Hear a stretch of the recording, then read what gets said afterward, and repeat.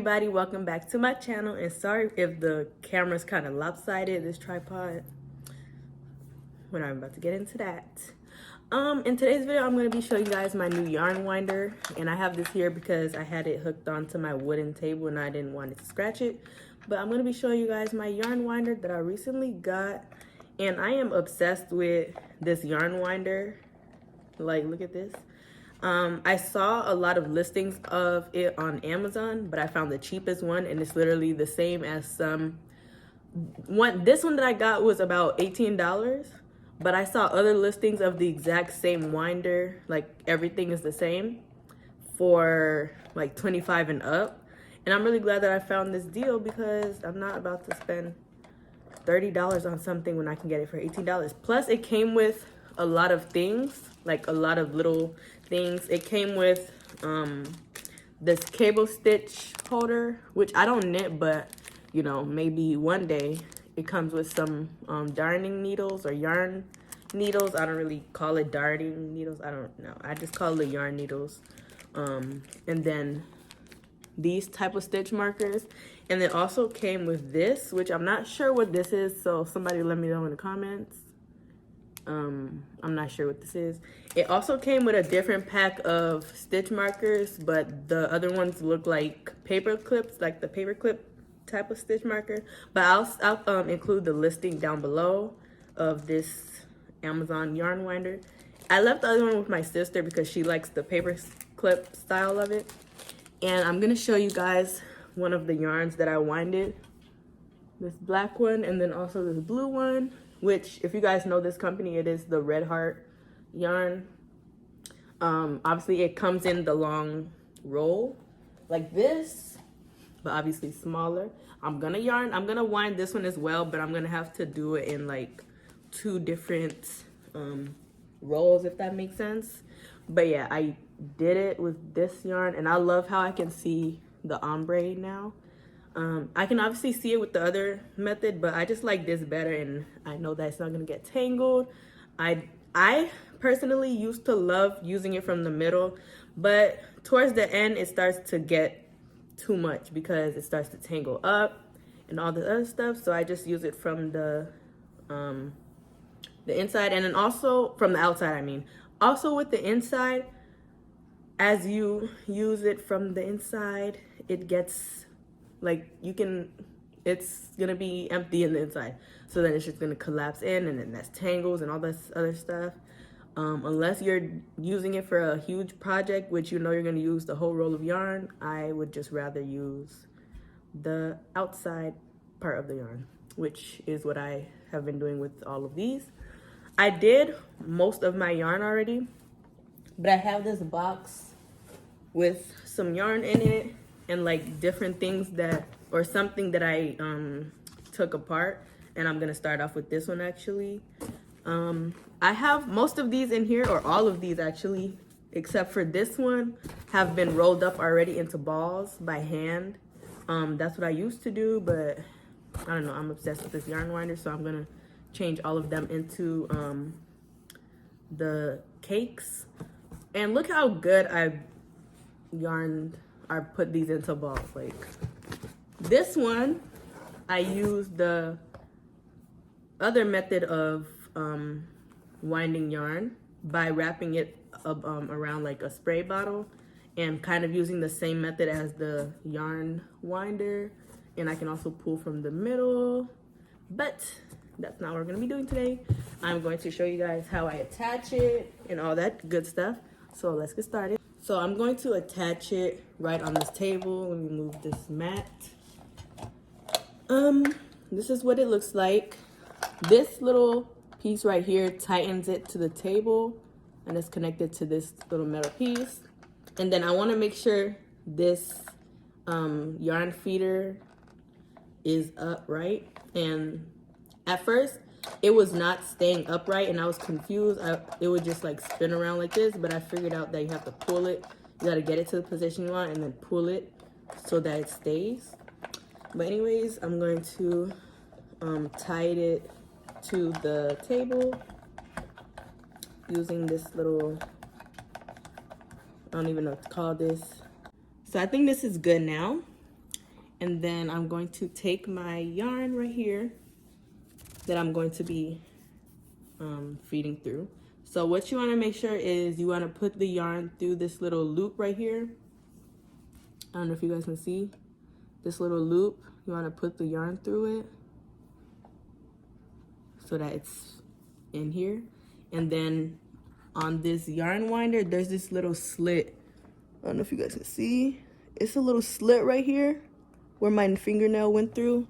So you want to put the yarn on there so that you'll have the option of, there you go. You have the option of feeding or using your yarn from the inside.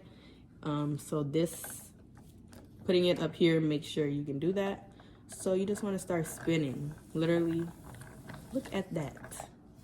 And I did have some trouble with it because it would get like, the yarn would get stuck because it would be filled up too much. But sometimes I was able to use a whole big roll and fill it into this huge cake.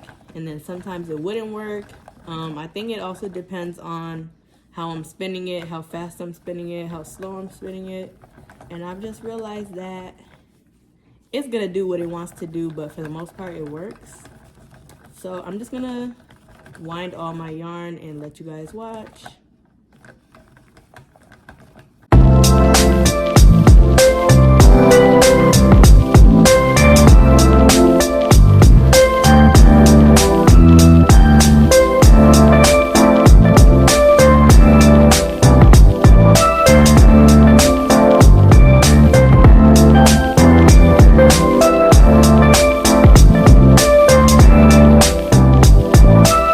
And then for this little bit left, I like to just wrap it around because, like I said before, I like to use the yarn from the outside. So I'm gonna undo that, and then I'm just gonna wrap the rest around like this, just so I'll be able to, I don't know, secure the yarn and use it when I feel like it, so the yarn won't go all over the place. And here we have it, a little cake.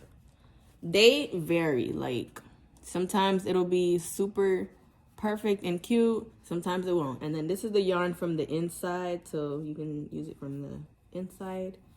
But yeah, that's how it works. So I'm gonna complete all of my yarn rolls. I actually don't want to film the whole thing, but I kind of just wanted to show you guys how I use it and how easy it is and how quick it is. Like this took maybe less than 3 minutes. I'm going to do this one next. And as you guys can see, or tell, it's ombre because this is lighter, this is darker on the outside.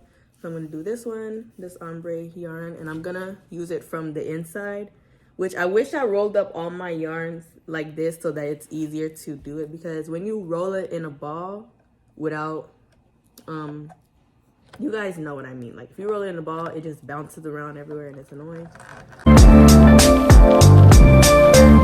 Okay, you guys, so I'm in my closet here, and ignore the mess. I know I need to rearrange it. I'm trying to get like some type of shelf to like put in my closet so I can, you know, organize it a little bit better. But this is how I have it set up for right now. And as you guys can see, I have so many different colors. I have some purples, orange, 2 different shades of orange, and then I have the other one down here. I have a whole bunch of green. I didn't realize I had this much green yarn, but yeah, I got that. And then also this green one right here. I have a whole bunch of pinks, some blues. The blues are back here. And these are more the medium to small size yarns that I have. They're, you know, they're pretty old. Not old, but like, you know, I've used them, so they're not as huge. But some of them are new. Like this one right here is new, this pink one right here. But yeah, this is the yarn up here. And then down here, since I ran out of space, I have the bigger balls of yarn. I have some white ones down here. This pretty ombre color. This pink is also ombre down here. This brown. And you guys, I'm super excited because I am working on a granny square bag collection. And I started making squares for the other colors. So for this other bag, it's gonna be yellow, orange, and red, just because I wanted to incorporate those 3 colors together, but it will also consist of different shades of yellow and orange. I don't really have too many different shades, so I'm combining them, you know, since I don't have a million options of orange or yellow. And then here I have pink and white, and then, sorry you guys, I'm out of breath. I'm gonna be using a whole bunch of these pinks and mix them together. I already did the green one. This is the green bag, and I love it. I also made a matching bucket hat for it. You guys can't really see, but yeah. And I'm also gonna be making a brown one. Like, look at these browns. Imagine that in a bag. Imagine those colors in a bag. And then I will also be making a blue bag and maybe a purple one. I don't have too many options of purple.